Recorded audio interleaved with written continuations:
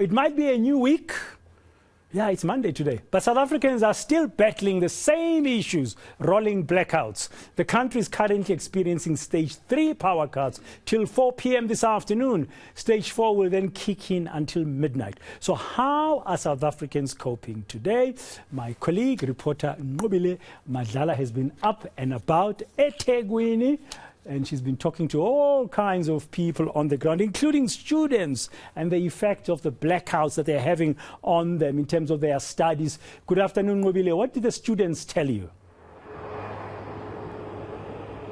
But Dan, they're telling me that they're worried about their studies. We know that they are going to be starting their exams in the coming week. And they're saying that they're nervous about the fact that they might find themselves without power, and it could be a night before, it could be the last night, and the next morning they have to go write their exams. This, of course, is quite concerning, and they're saying that it's quite taxing on their mental states as well because of the fact that there's anxiety that comes with that. But also at the same time, Pradan, they've highlighted that they are worried about the sort of implications that comes with load shedding in their area where they come from. They're saying that they feel that some of their families are not going to be okay. They're concerned that anything can happen because some of them have to walk certain distances.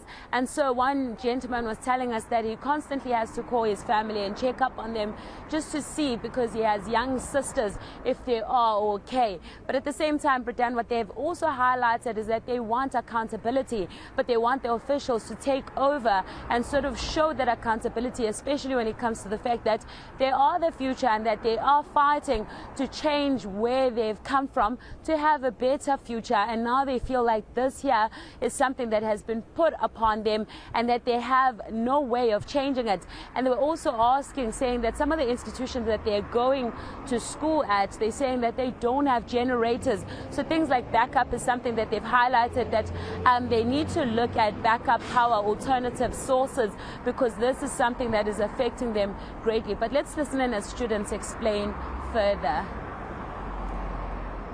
When I'm studying, I create a timetable. Like for example, at 5 o'clock to 7, I'm going to be studying. At 10 to 12, I'm going to be studying. Now then, if there's load shedding, then my timetable is going to be a little bit problematic because I can no longer function, you see.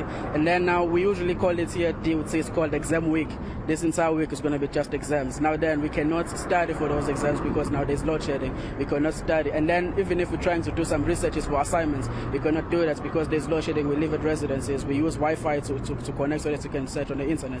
And if you try, maybe you have luck by trying to buy data. You buy data, the network is gone. You cannot search. Even if you have data, you cannot search. Yeah, Nqobile, I wonder what kind of alternatives the students would make, because just being a student, you are at a huge disadvantage because you don't have access to resources that can help you to make sure that you have some kind of alternative power supply. Well, that is right, Britain. A lot of them have said that they don't have the finances to ensure that they do have that alternative source.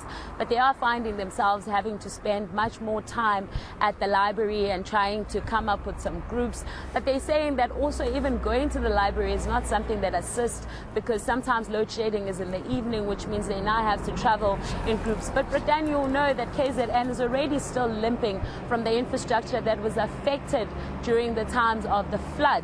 So we did manage to speak to the mayor, to the deputy mayor, Pilan Mavundla, and he did explain to us that there's quite a lot of things that they're still looking into. One of those things is also the water and sanitation area that is in Utongati, and they were saying that they are working on those things to ensure that there is water, so that there's not more problems on top of those. Okay, thank you very much, Nqobile. We have to leave it there. Nqobile Madlala at Durban there, some of the challenges faced by students because of load shedding.